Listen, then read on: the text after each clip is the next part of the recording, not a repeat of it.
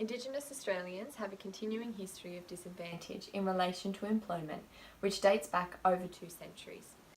Some quick statistics show that the Aboriginal unemployment rate was 46.6% in 2016 compared to 72% for non-Indigenous Australians. Differences in employment rates between Indigenous men and women have narrowed over the past decade, with women having an unemployment rate of 44.8% and men having 48.5%. National Indigenous participation rate was 57.1% compared to 77% for non-Indigenous populations. In regards to past government policy, in truth, the Australian government had no policy towards Aborigines in the 1940s and 1950s because it was constitutionally forbidden from having a policy for Aborigines until 1967. Prior to that, the Aborigines Act of 1905 was an act to make provisions for the better protection and care of Aboriginal inhabitants of Western Australia. It governed the lives of all Aboriginal people in Western Australia for nearly 60 years. The Act created the position of Chief Protector of Aborigines, who became the legal guardian of every Aboriginal child to the age of 16 years, and permitted authorities to send and detain Aboriginal children in institutions and in service or work. Contemporary reports have found that this work, along with most of the other Aboriginal work throughout the 20th century, was actually classed as slave labour. Girls were trained as domestic slaves and boys were manual labourers, rarely paid and forced to work in appalling conditions. Since the 1960s, there's been a growing realisation that Indigenous social and economic disadvantage needs to be addressed. In 1965, a major industrial relations case gave Indigenous Australians equal pay commencing from December 1968. The 1967 referendum gave the Commonwealth the power to legislate on Indigenous issues. Prior to this time, Aboriginal affairs were a matter for individual states and territories, causing discrimination and inhumane treatment.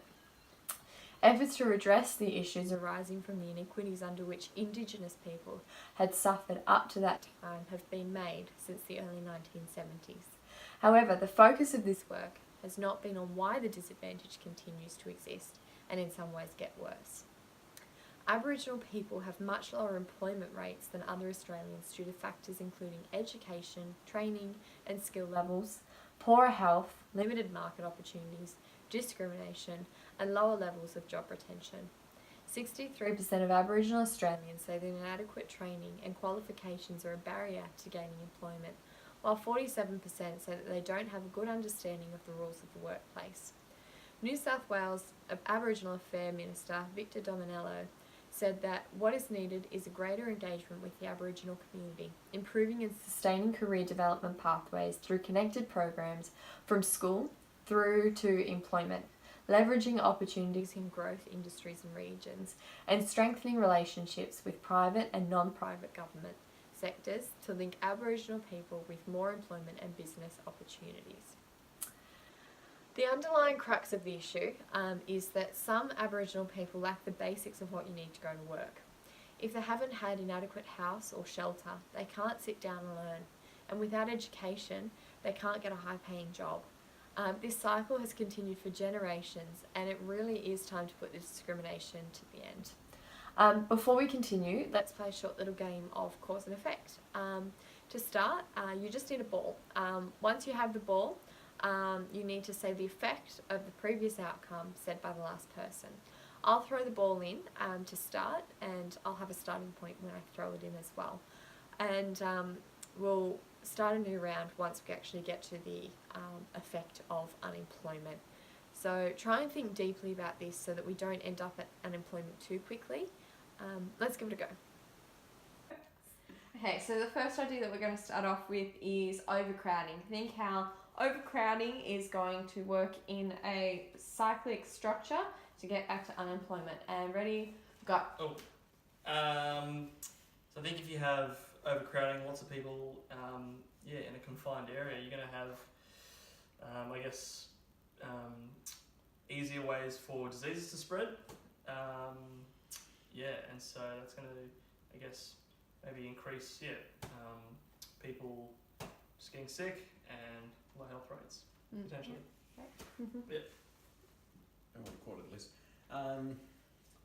Alright, so increased sickness will reduce attendance at schools. Or not attending school, not being able to attend schools due to lack of help actually means that people can't meet the key learning areas that are required to actually attain jobs. Good. And then if they're not getting educated, then they're not getting employed. So we're back at unemployment. Good job. The next one that we're going to think about is how rural and remote areas of the population ultimately leads to unemployment rates. So rural remoteness, I think again, if you're out in those remote rural areas, there's a potential lack of infrastructure or sufficient infrastructure for education and for getting people into the workforce and helping people get there. Reduced infrastructure means there's less resources for the students, so the courses they do are limited, so they haven't got the opportunity to follow paths that they might like to follow in later life. The remoteness might also mean that they haven't got the specialised teaching requirements that are to assist them to also transport. Being remote might also mean that they can't get to where they need to be. But again, it all just leads back to, they're just not skill ready to actually be ready to go out into the community for a job. So we're back to unemployment. Very good. Thank you. Good job. How well does that show the vicious cycle that some Aboriginal communities are stuck in? There are three important transitions that many young people will make as they approach adulthood. First is the transition through secondary school and completing Year 12 or its equivalent. The second involves beginning post-school education and obtaining qualifications. The third transition is employment, following education and embarking on a career path. What the government is currently doing to support young people is, under the Indigenous Advancement Strategy, the Australian government has allocated $2.5 billion over 4 years to the Jobs, Land and Economy program. This program supports adults into work, fosters Indigenous businesses and assists Indigenous Australians generate economic and social benefits from effective use of their land. And the government has also invested $1.5 billion over 5 years to fund the Remote Jobs and Communities program to help Australians living in remote regions. The government also supports a variety of job service agencies such as Job Services Australia and Disability Employment Services, and also Job Active. These agencies assist eligible job seekers to overcome personal, vocational and non-vocational difficulties that may be hindering their ability to find and keep a job. Another key initiative has been the Transition to Work program, which has seen 4,600 Indigenous young people this year participate in intensive pre-employment support to improve their work readiness. As a summary of all the government policies at the moment, the government's Remote Employment Services Initiative, the Community Development Program, is successfully supporting job seekers into transition from welfare into work. The Indigenous Procurement Policy is ensuring Indigenous businesses win a bigger slice of the Commonwealth's procurement spend. This in turn supports Indigenous employment, as it's quite obvious that Indigenous businesses are more likely to employ Indigenous people than non-Indigenous businesses. The Vocational Training and Employment Centre initiative has broken the cycle of training for training's sake and has secured more than 7,600 jobs for Indigenous job seekers as of December 2017.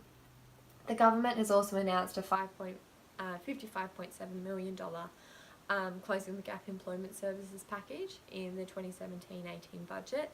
As part of this package, Job Active is being boosted to deliver upfront intensive employment services to Indigenous job seekers.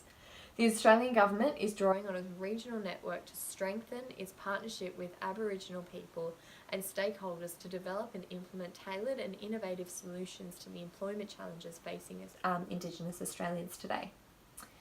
Aboriginal and Torres Strait Islanders people were the first people in Australia, but today their population makes up less than 3% of Australia's total population.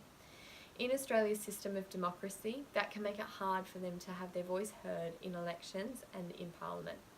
It can also make it hard to influence laws that are made about them in the Parliament. Over history, government policy has not always been at the best interest of Indigenous Australians. The Freedom Rides of 1965, led by the first Indigenous university graduate, Charles Perkins, uncovered violent racism, exposed huge welfare disparity, and stood in the face of the strong and often violent opposition they encountered. Since then, there have been numerous protests and riots to showcase the discrimination faced by all Aboriginal Australians. Today's policies, thankfully, have not had the same reaction as they have been created mostly in partnership with Aboriginal elders and members of community. In saying that, there's certainly room for improvement. Here's just a quick video giving some more insight into the Freedom Rides that I think will be helpful when looking a bit further into the topic. Indigenous people didn't have the same rights as other Australians. They weren't counted as citizens, and they faced a lot of discrimination. I was the first black to be permitted to go to the high school, and I was spat on every day. But this guy, Charles Perkins, wanted to change that.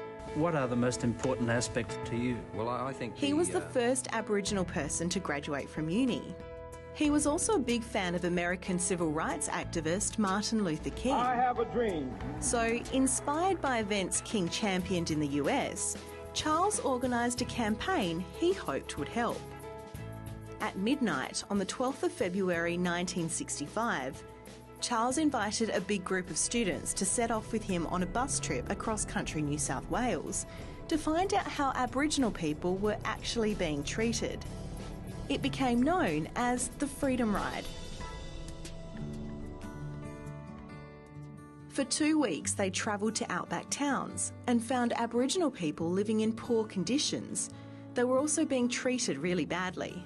Segregation was everywhere.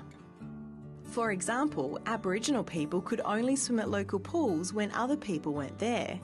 They weren't allowed to sit in restaurants, and if they went to the movies, they could only sit at the front. The students saw a lot of bad things during their trip that they wanted other people to see too. So they held protests as they went, which made the news. A lot of people didn't like what they were doing, and they were even chased out of one of the towns. But their trip did make a big difference to Indigenous rights. A couple of years later, a big vote called a referendum was held, and Australia voted to remove discrimination from the Constitution and to count Indigenous people as part of the country. I think that this helps us understand a bit better when we start looking at reasons why Aboriginal employment rates are what they are today. From current research, I think there's a good amount of research to suggest that implementing these solutions could be beneficial to Indigenous employment rates.